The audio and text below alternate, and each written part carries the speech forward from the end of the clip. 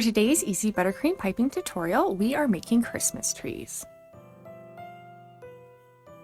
Begin by attaching a square of parchment to a flower nail. Using a coupler or a large round tip, we will need to pipe a base for our Christmas tree. Mine is about 1 inch tall. For this tutorial, I'll be using a number 352 tip, and this is actually a leaf piping tip.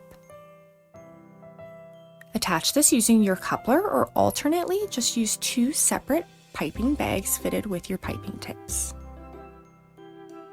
To begin, hold your piping tip about 1/3 up the height of the base, with one of the pointed ends facing down and the other facing straight up. To pipe each of these branches, you're going to apply pressure, pull down slightly, release pressure, and then sharply pull away.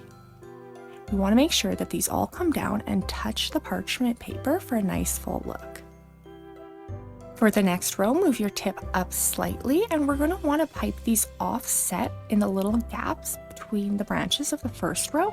We're also going to want to make this row slightly shorter. Now we'll move up to the top and we're going to add another row.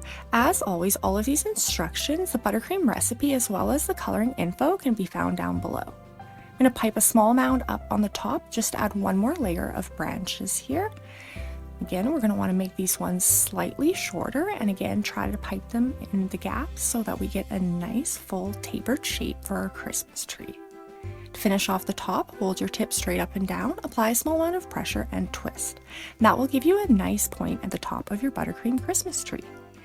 Now, of course, we need to add a star to the top, and that is how easy it is to pipe a Christmas tree.